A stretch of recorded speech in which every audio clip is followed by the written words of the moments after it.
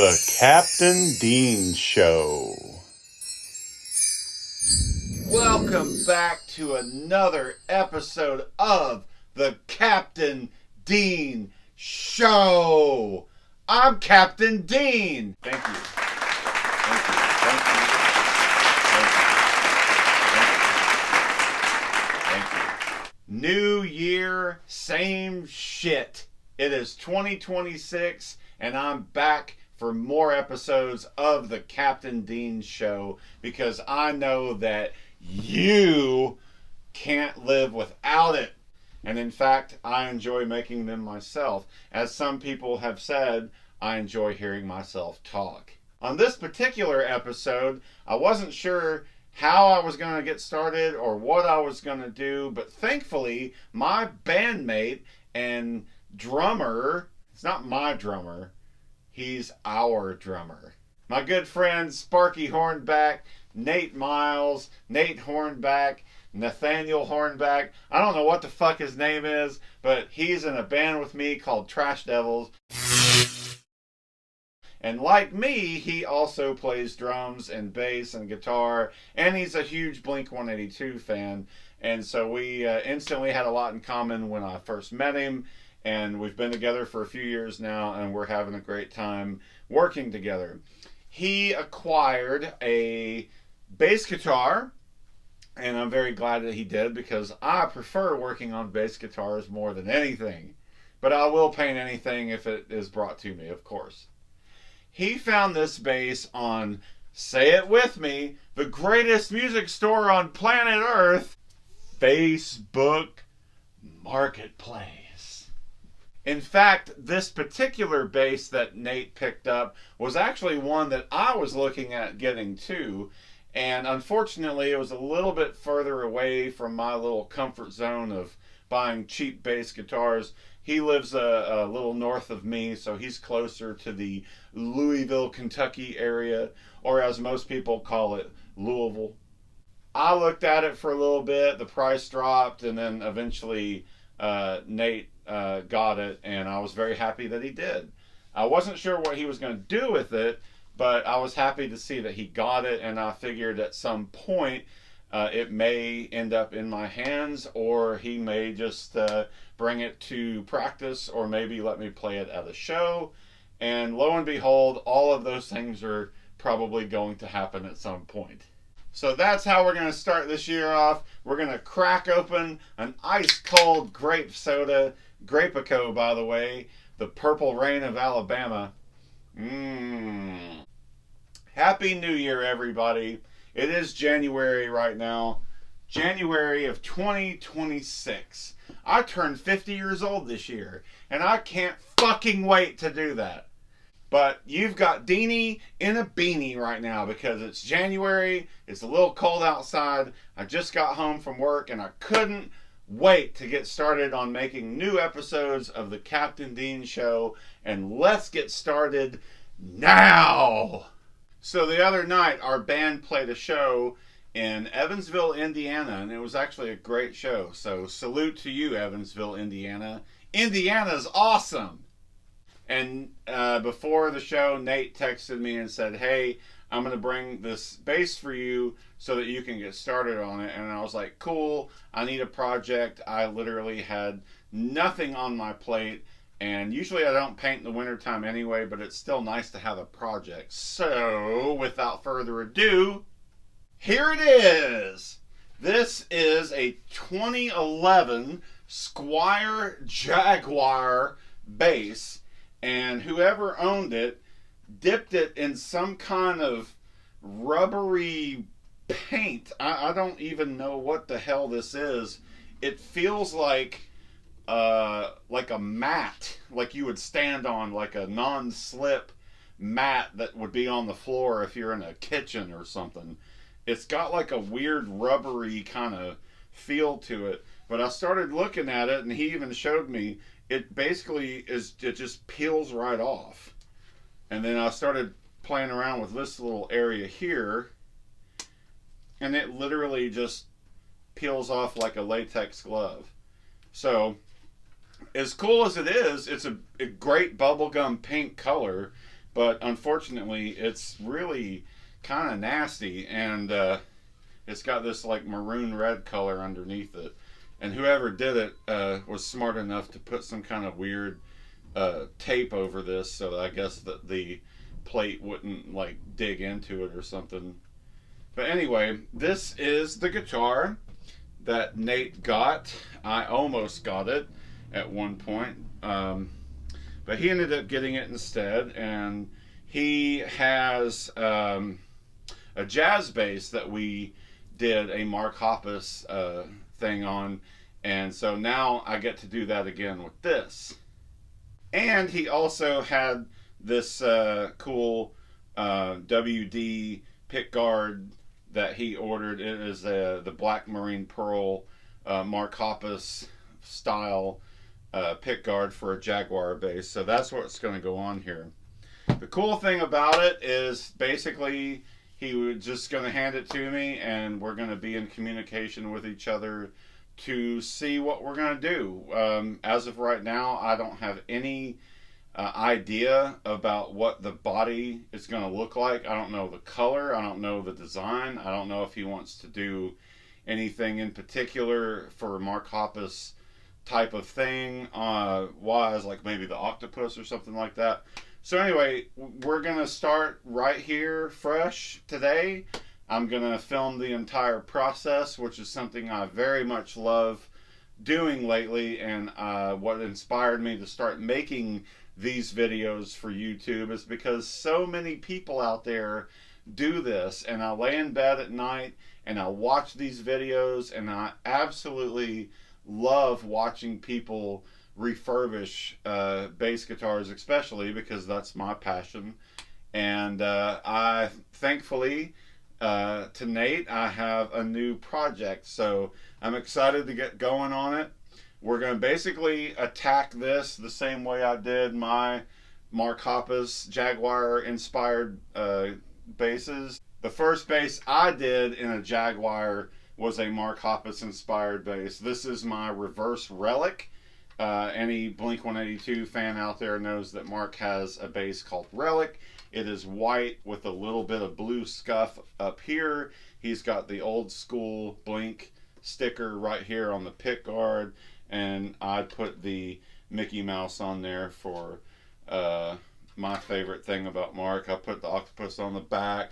I've got some Blink 182 stickers on here, and this is the first Jaguar that I did. And then I got my hands on yet another Jaguar bass, also from Facebook Marketplace. And this is what I did with that one. This is my Tomark bass. It is inspired by Mark Hoppus and Tom DeLonge. It's got the Tom DeLonge Roswell newspaper. If you've seen the custom guitar that Brian Thrasher made for Tom, it's got this on the body. The racing stripe goes back to some of Tom's early guitars, especially like Padre, some of the stuff he had in Boxcar Racer. And then, of course, the bass being a Jaguar and putting the Mark Hoppus, hi, my name is Mark Octopus on there. That's the combination of both of those guys.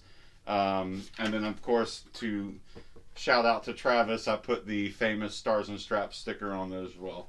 Big Blink 182 fan, of course, and so this is my Blink 182 second version of Jaguar bass that I did. And this pickguard actually came from Luke at pickguards.com UK. If you want some cool custom Blink 182 stuff, Luke is the guy to check out. So it's safe to say I've done a couple of Jaguar basses, and Nate trust me to do something cool with this one. So we're going to take it apart. We're going to have some fun, film everything. And I don't know how long this is going to take. I don't know what we're going to end up with, but I'm excited to see the outcome. So here we go.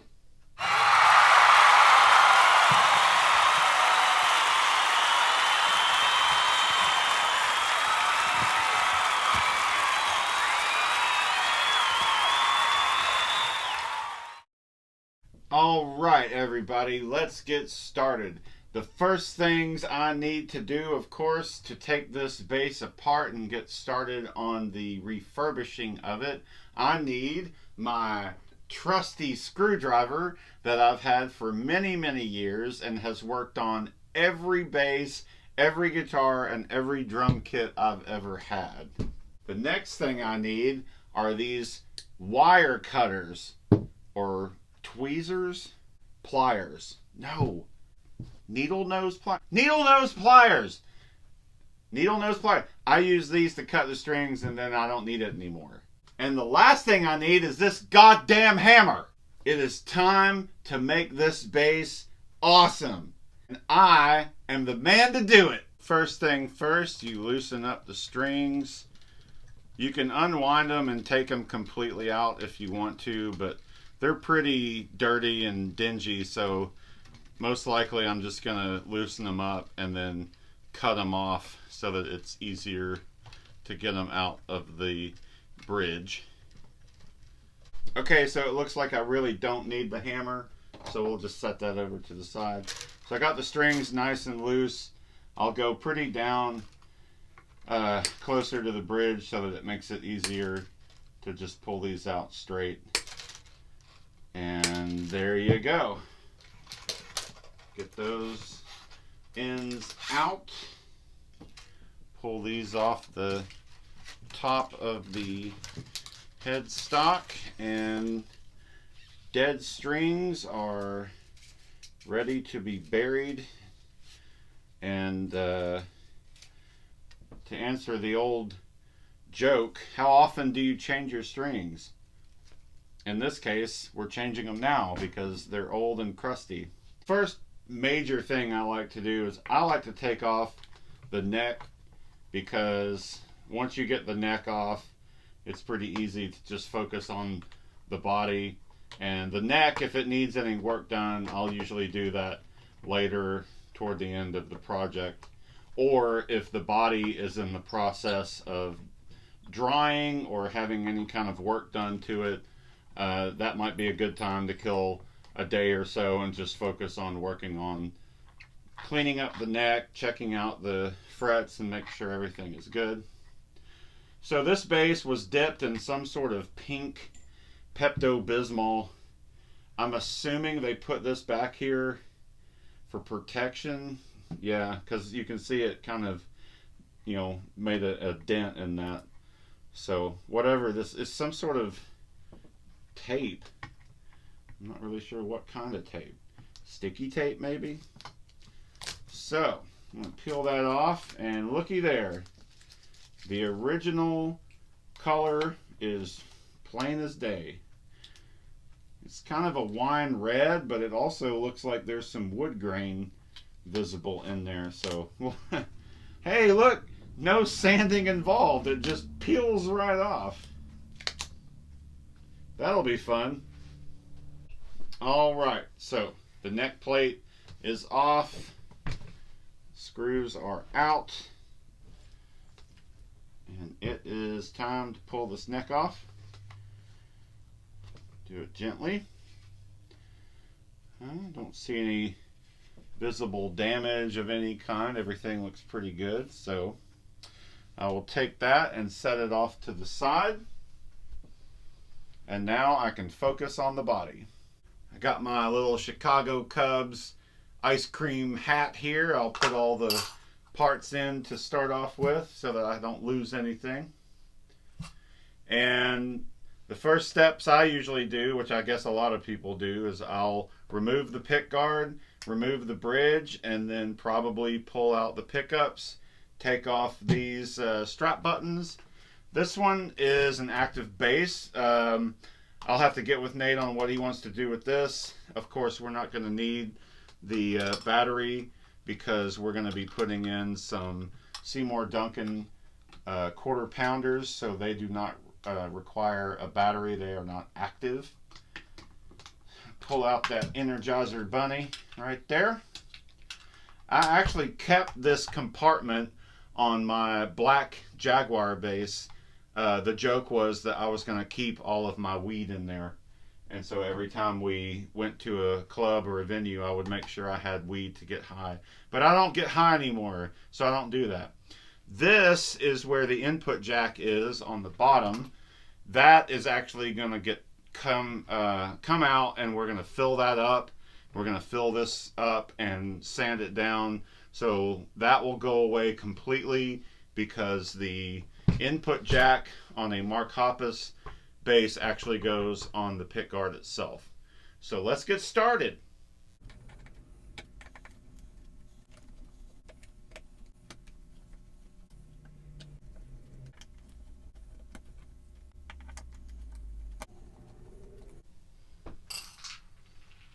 All right, the white pearl pick guard has been removed. I will set that to the side. I'm not sure what Nate plans to do with that. Now let's take care of this.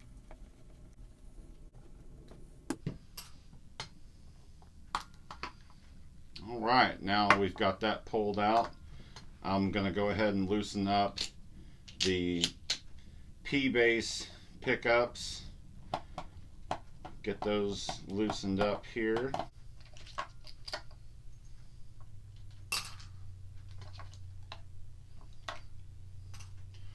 All right, so first thing I need to do is check the wires. Everything seems intact, so I'm going to have to snip everything off very closely so that they can stay intact in case we need them again. I'm sure I've got the proper set of tools, but I've actually had this pair of scissors since I was a little boy. These were my grandmother's, and they would sit at her desk, and I would always use these scissors if I was working on like a cassette cover for my band, or making flyers, or anything to do with the music and art that I was doing as a kid. These scissors are the scissors I always used. So when she passed away, I could have taken anything from that home if I wanted to, but I actually took these scissors. The active switches, everything is meaningless at this point. So everything I need will be in there somewhere. There you go. Now, jumbled mess of shit. Let's get rid of that.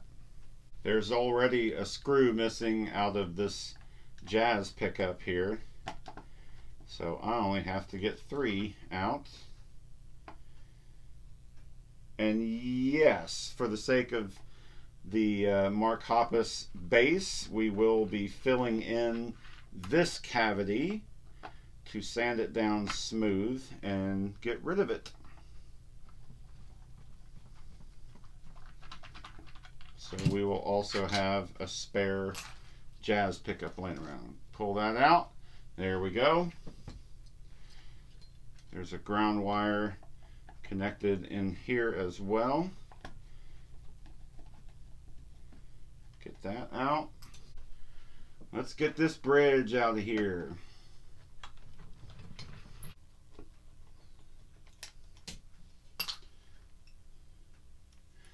Bridge removed.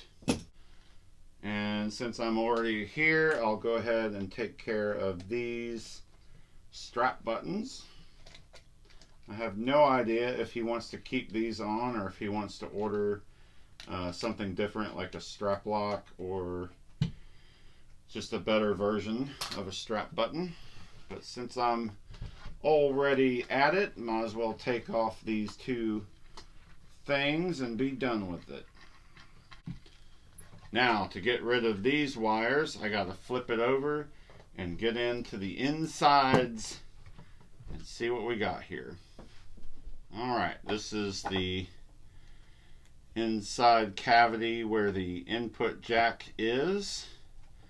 There's a pretty good possibility that we are going to get this out of here and probably cover it up. Another nice use for these granny scissors of mine is to do little things like that. Got that off. Now we will move to the battery. Now this one's a little different. I think from my previous experience, there are little screws on the inside here. So I gotta go down to the smaller level and get in there and get those out. Alright, so that comes out, and then I should be able to pull the wires out, and bada bing, bada boom, that's what I did. Alright, the input jack as well. Get the wires pulled out from the inside. You have to get in there and loosen this part up, and then the whole thing will just, yeah, unscrew out. So pretty simple. And there we go. That pops out. Bing, bang, boom. Done. I'm still connected to something in here. Oh, they did some sort of weird soldering job to connect the wires. They didn't even cover it up. So, all right, there you go. The input jack house is just a little cavity here. That's kind of easy to fill up if we want to. This is really easy to do. I just basically I wood putty. I'll put a piece of tape on the inside to block it. I'll wood putty that, get it to stick out a little bit, and just sand it smooth. This is really easy to do. Again, my other base, I left this compartment open for hiding your weed, and I think it's a great idea. So there you go. The body has been stripped down, and all I need to do now is start peeling off this pink rubber, and we're good to go. All right, there you go. Everything's been taken apart, disassembled, ready for refurbishment. This is going to be a fun project. Of course, bring me anything and I will paint it. But please bring me a bass guitar, because I'll paint it and then I'll try to buy it from you. Or I can just borrow it from you. And in this case, that's probably what's going to happen. This is very interesting. I've never dealt with anything quite like this before, so should be pretty easy to do. But there you go.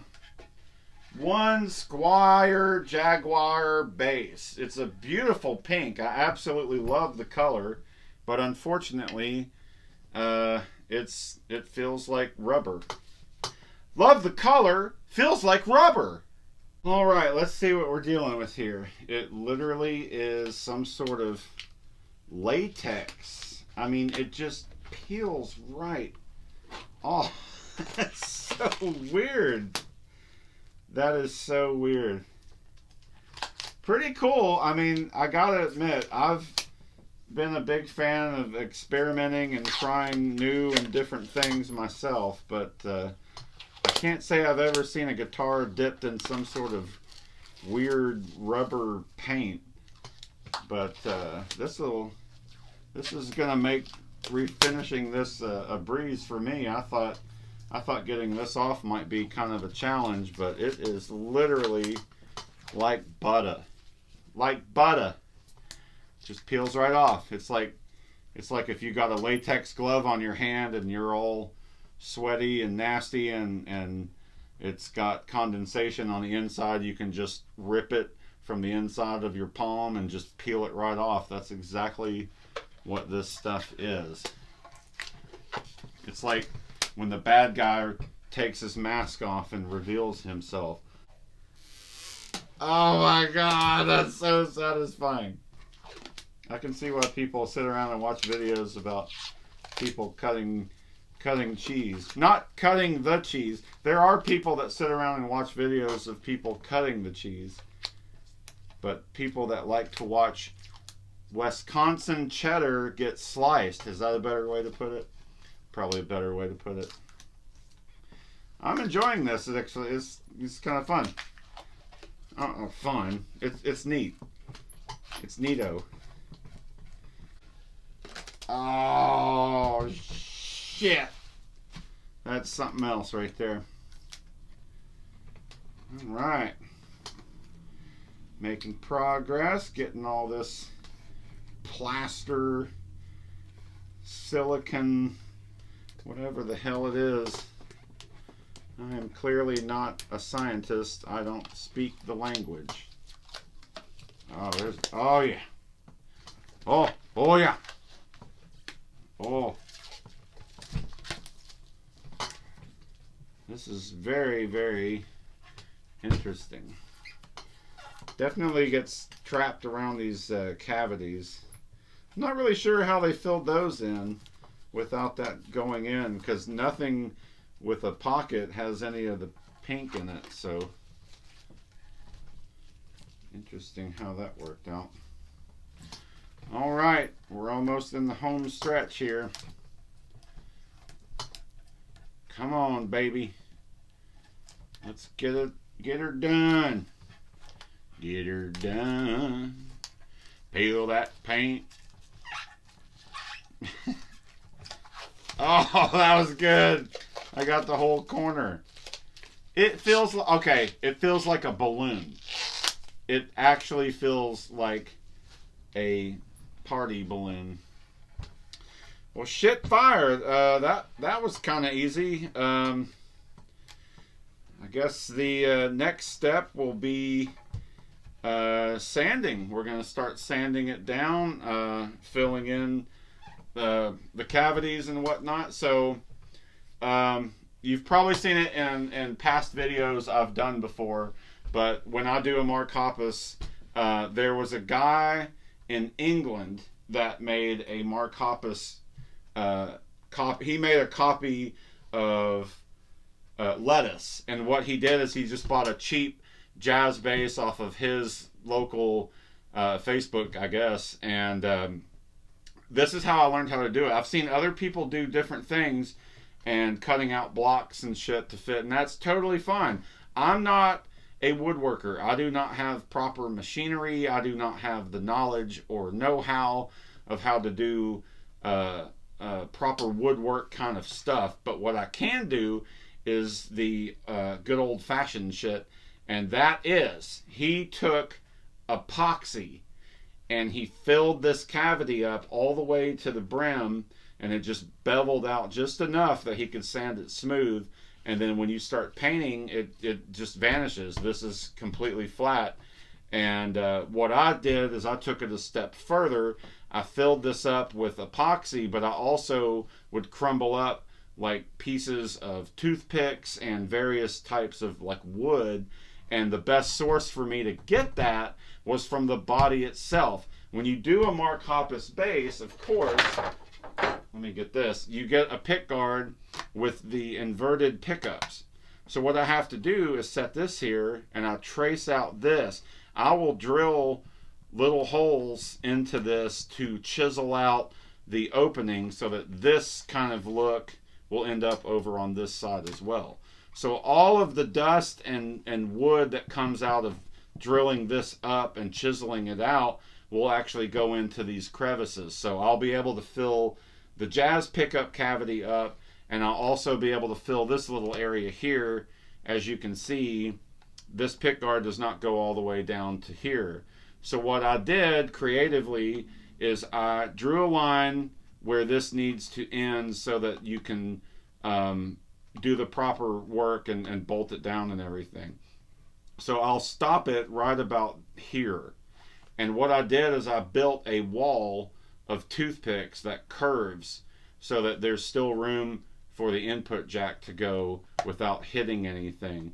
But I'll mark it just right to where that will go right there, and you can fill all this in here. So basically from about here down, there's a little wall of toothpicks. I'll cut that down to size. I'll fill this up with wood and epoxy and get that clean. And so I sand this down smooth, I sand this down smooth. And then on this particular body, I'll have to do the same with the input jack area and the cavity on the back where that was. So good chance that's going to happen on this base. And that's how I do it. And I think the guy in England that made that video, he taught me a great easy trick on how to make a Mark Hoppus inspired base without spending a ton of money, or if you don't have the proper wood work machinery and all that stuff. That's the best way I do it. It works for me. I've done 4 bases so far and it holds up great. I've used clear epoxy and I've used black epoxy, and they both work just fine. The clear seems to be a little bit easier to sand on and work with, but I get the epoxy in here pretty good, and then I'll pack it down with some wood dust and chips out of its own body, so that it actually smooths down by transferring it from here to here. So anyway, that was a long story to get to that, but some of you are probably in the beginning stages, or some of you just love watching these types of videos. And some of you are sitting there going, man, you're doing it all wrong. You're a complete fucking moron. What the hell's wrong with you? And if you have a country accent, that's probably what you sound like. Here we go.